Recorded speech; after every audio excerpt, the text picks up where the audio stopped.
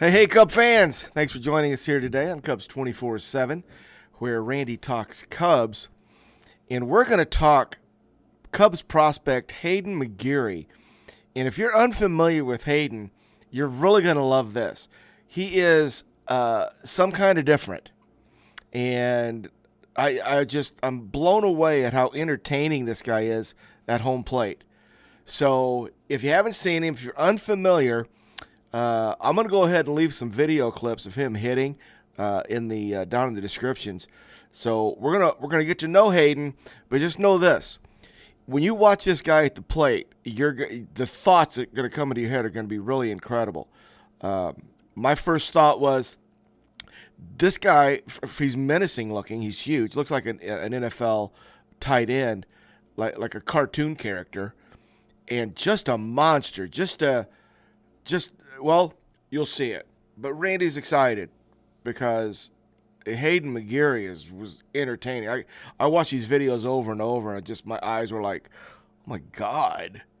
So let's get to know him. Hayden, it's spelled Haydn McGeary. He is a first baseman in the Cubs organization in the farm. He's a number 17 prospect at first base, but he was listed in the top 10 of first base prospects on a list I saw this week. Mervis was number 5, and Haydn McGeary was number 10. So it got my attention. I wanted to do a profile on him, so let's do it. Haydn McGeary, born October 19th, 1999. So he's 24 years old, 6'4", 235, and he's all of that. He is put together. His college career was interesting. He played college ball at Colorado Mesa University, which is in Grand Junction, Colorado. It's a Division II school, so he wasn't highly recruited. So he goes to this D2 school in Grand Junction, Colorado, after playing in Phoenix. Played high school baseball at Thunderbird High School in Phoenix. So he goes up to Colorado to play this D2 baseball, Colorado Mesa, and in 163 games, he hit 75 home runs. He is the Division II all-time home run leader, like the home run king of Division II. He was the player of the year in Division II in both 21 and in 22. So he goes up there and just rakes.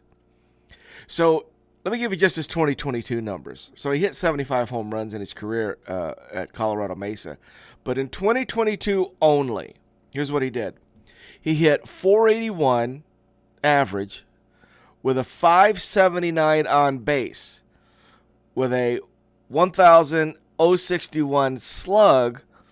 That equates to a 1.640 OPS. Has 103 hits, hits 35 home runs, 227 total bases. And I know it's D2. I guess I don't care. Guy hits almost 500, almost 600 on base, slugs over 1,000 in a college league somewhere. I don't care. You got to watch that. If this guy was hitting in a sandlot and you're a scout and you drove by and you saw him hit, you're going to probably pull over, watch him, and sign him. That's what he looks like. My God. After his 22 season at Mesa, he was all set to go ahead and transfer to University in Kentucky, play for the Cats, but he gets drafted. Cubs drafted him in the 22 draft in the 15th round. So he signs instead of going to UK. So summer of 22, Cubs draft this kid. He's the kind of guy, you probably see him hit one time and go, well, we're going to sign him and give him a shot. Why not? So we do. Here's his draft grades. They rate him as an average hitter, above average power, obviously, below average run, average arm, little below average field. So he's a hitter, got some athleticism. But let's talk about what the scouts say about him. I'm going to read some of these quotes that I got from these scouting reports, and some of them were just kind of mind-blowing. So picture in your mind a 6'4" tight end at the plate just looking to tear one up, right? So the scouts say extremely physical. Hits the ball extremely hard. He has what's described as an easy swing that gives him above average raw power, and his power plays from the left field foul pole all the way to right center. He combines bat speed, strength, and leverage. He makes good decisions while, this is the term they use, I thought was awesome, while hunting pitches to punish. See, he's a predator at the plate. He's looking to ambush you and hit the ball hard. He's patient, so he works deep counts, which leads to some high strikeout rates, but he also will take his base on balls. If you just read that scouting report, you're like, well, I got to see this guy hit. And when you watch him hit, it shows up. Now, defensively is another story. So here's what the scouts talk about. Well, first, in college, he played some outfield, he played some first base, and he caught some, but he was primarily a DH. So he didn't really give much defensively in college. In fact, that's what the scout, I got a quote. It says, doesn't provide much value outside of the batter's box. Well below average runner with limited range and limited arm strength. We're hoping he can become adequate at first. So I'll show you some of his numbers and what he's doing. They're playing him at first base. And I watched some video of him at first, and it doesn't look as bad as that scouting report reads. He's big. He looks serviceable. Didn't look clunky. So I don't know. You guys can be the judge of that. But that's a scouting report on Hayden. So Cubs signed him summer of 22. He gets started and plays rookie ball in 2022. Starts off with 6 games. He hits .222 with a .333 on base, a 278 slug for just a .611 OPS. 3 walks, 6 Ks, 18 at bats. So, 18 at bats, whatever. Throw that out. Then he goes to Myrtle Beach, and he plays just 12 games at Myrtle Beach. Slashes a .292 average, 346 on base, 458 slug, OPS of .805, hits 1 home run, 8 RBIs in only 48 at bats. So again, we're not talking about a really enough sample size to tell, but that's what it was. So let's go to 2023. He starts off with the Cubs in South Bend, the High A Cubs. He plays 20 games. In those 20 games, he plays first base 16 times and DHs 4. He has a total of just 76 at bats, but his slash line represents what he did in college.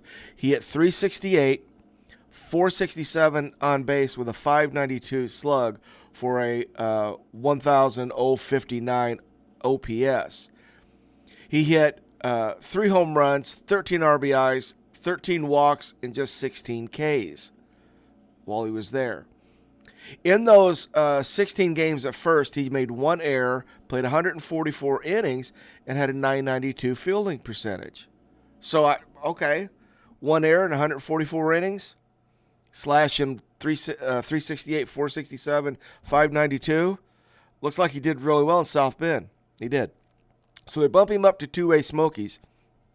He played 104 games for the Smokies in 2023, played 72 games at first base, 32 games DH. So about a third of the time they DH'd him in Tennessee.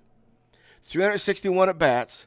A slash was decent, .255 average, 382 on base, 432 slug for an 817 OPS.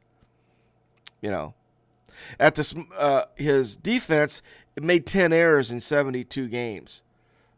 612 and 2/3 innings at first base, 10 errors, 979 fielding percentage. So looks like his defensive lack of defensive skill set might have showed up a little bit. So I don't know, but it's just worth a look. I mean, let's look at it from its entertainment value. I did the numbers like I always do. Just kind of running it, and I had sort of a picture. Then when I watched his videos, watch this guy hit, I'm like, I want to watch this guy hit like for 2 hours in a row. It's so amazing to watch this guy hit. He is capable. And while I was watching the videos, I thought to myself, you know, I did a piece on the Cub home runs, the longest home runs ever hit by a Cub at Wrigley. And Glenn Allen Hill hit that one home run across Waveland on top of the building, you know, the building across the street on Waveland. And I thought, and Kingman did one. Dave Kingman back in the 70s hit one across Waveland down the street, landed in some guy's porch. And I thought, this guy's capable of hitting one on that rooftop.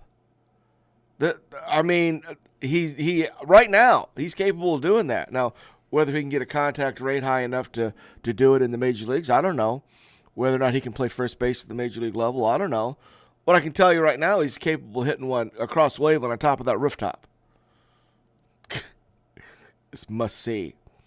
So that's where we are with Haydn McGeary. But he sort of came out of nowhere, right? He's on the list. He's made the top 10, 24 years old. I don't know. What's the worst thing that can happen? You know? What we draft him, you know, what have we lost? So tremendous potential upside. What's the risk on it? So I think he's worth a look, but very entertaining. So we'll see. Be interesting to see where they put him, if they start him in Iowa or back to Tennessee. And we're going to probably get a look at him in spring training too. God, spring training is going to be so good. There are so many questions. You know, which leads me to this. I had this thought. We've got a lot of prospects, right? And a lot of hitters. We've got Matt Shaw, who's a tremendous hitter. That Ballesteros is a good hitter. We got Mervis. We got Hayden. Owen Casey. Guys, we got a ton of sticks in the farm system, these young guys. And it's going to be really interesting to see what everybody looks like. And spring training 2024, it's on its way. So hope you enjoyed it. Pay attention to Hayden, and we'll see what he does here in spring training of 2024. Meantime, thanks for joining us here on Cubs 24/7, where Randy talks Cubs. Hit my subscribe button for me if you feel like I've earned it, and we'll see you very soon. Go Cubs, go.